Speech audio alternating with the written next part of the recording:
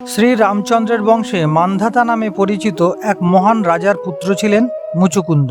মহারাজা মুচুকুন্দ বৈদিক ব্রাহ্মণ্য ধর্ম কঠোরভাবে পালন করতেন। নিজ প্রতিশ্রুতি পালনে অত্যন্ত নিষ্ঠাবান ছিলেন। তিনি এমন পরাক্রমশালী ছিলেন যে অসুরদের সঙ্গে যুদ্ধে দেবরাজ ইন্দ্র পর্যন্ত তাকে অনুনয় করতেন যাতে কৃপা করে তাকে যুদ্ধে সহায়তা করেন। এই জন্য অসুরদের আক্রমণ থেকে দেবতাদের রক্ষার্থে তিনি প্রায়ই অসুরদের বিরুদ্ধে যুদ্ধ করতেন। দেব সেনাপতি কার্তিক মহারাজ মুচুকুন্দের রণনৈপুণ্যে সন্তুষ্ট হয়েছিলেন, কিন্তু অসুরদের সঙ্গে যুদ্ধে এত ক্লেশ শিকারের কারণে সেনাপতি কার্তিক তাকে বিশ্রাম নিতে বলেন। কার্তিক বলেন, হে রাজন, দেবতাদের সেবায় আপনি আপনার সর্বস্ব উৎসর্গ করেছেন। বিপুল ঐশ্বর্য ও ধন সম্পদ উপেক্ষা করে আপনার রাজ্য ছেড়ে চলে এসেছেন। দীর্ঘকাল নিজ রাজ্যে অনুপস্থিতির কারণে কালক্রমে স্বজন, সন্তান ও মন্ত্রীরা সকলেই ইহলোক ত্যাগ করেছেন। এরপর দেবতারা মুচুকুন্দকে সম্ভাষণ করে তার ঈপ্সিত কোনো বর প্রার্থনা করতে বললেন।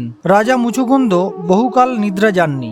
যুদ্ধকার্যে ব্যাপৃত থাকায় তিনি অত্যন্ত শ্রান্ত ও ক্লান্ত হয়ে পড়েন। দেবতারা বর প্রদান করতে চাইলে মুচুকুন্দ শুধু নিদ্রা যাপনের কথা ভাবছিলেন। তিনি বললেন, হে দেবশ্রেষ্ঠ কার্তিক, আমি এখন নিদ্রা যাপন করতে চাই। আমি আপনার কাছে এই বর চাই যে নিদ্রামগ্ন অবস্থায় বিঘ্ন সৃষ্টি করে যে আমাকে জাগাবে, দৃষ্টি মাত্রই যেন আমি তাকে ভস্ম করতে পারি। আমাকে এই বর দান করুন। মুচুকুন্দ যাতে পূর্ণ বিশ্রাম গ্রহণে সক্ষম হয়, দেবতারা তাকে সেই রকম আশীর্বাদই প্রদান করলেন। রাজা মুচুকুন্দ এক পর্বত গুহায় প্রবেশ করে নিদ্রামগ্ন হলেন। ত্রিভুবনের কোনো কিছুই ভগবান শ্রীকৃষ্ণের অগোচর হয় না। মথুরা আক্রমণকারী কালযবন শ্রীকৃষ্ণকে বন্দী করার উদ্দেশ্যে শ্রীকৃষ্ণের দিকে অগ্রসর হলে শ্রীকৃষ্ণ কালযবনের দিকে দৃষ্টিপাত না করেই অগ্রসর হতে লাগলেন। কালযবন শ্রীকৃষ্ণকে অনুসরণ করল। দ্রুত বেগে ধাবিত হওয়া সত্ত্বেও কালযবন শ্রীকৃষ্ণকে ধরতে পারছিল না। কালযবনকে পিছনে ফেলে শ্রীকৃষ্ণ অনেক দূরে এগিয়ে গেলেন এবং ওই পর্বত গুহায় প্রবেশ করলেন যেখানে রাজা মুচুকুন্দ নিদ্রিত রয়েছেন। কালযবন শ্রীকৃষ্ণকে অনেক কটুবাক্য বলতে লাগলো। শ্রীকৃষ্ণ পর্বত গুহায় প্রবেশ করে কালযবনের দৃষ্টিপাত থেকে অন্তর্হিত হয়ে গেলেন। কালযবন তাকে অনুসরণ করে পর্বত গুহায় প্রবেশ করলো। গুহায় প্রবেশ করে প্রথমেই সে এক ঘুমন্ত ব্যক্তিকে শুয়ে থাকতে দেখতে পেল। কালযবন শ্রীকৃষ্ণকে দেখতে না পেয়ে মনে ভাবলো শ্রীকৃষ্ণই গুহার মধ্যে ঘুমিয়ে আছে। ওই ঘুমন্ত লোকটিকে শ্রীকৃষ্ণ মনে করে তাকে সবলে কালযবন পদাঘাত করলো। সেই ঘুমন্ত লোকটি সুদীর্ঘকাল ধরে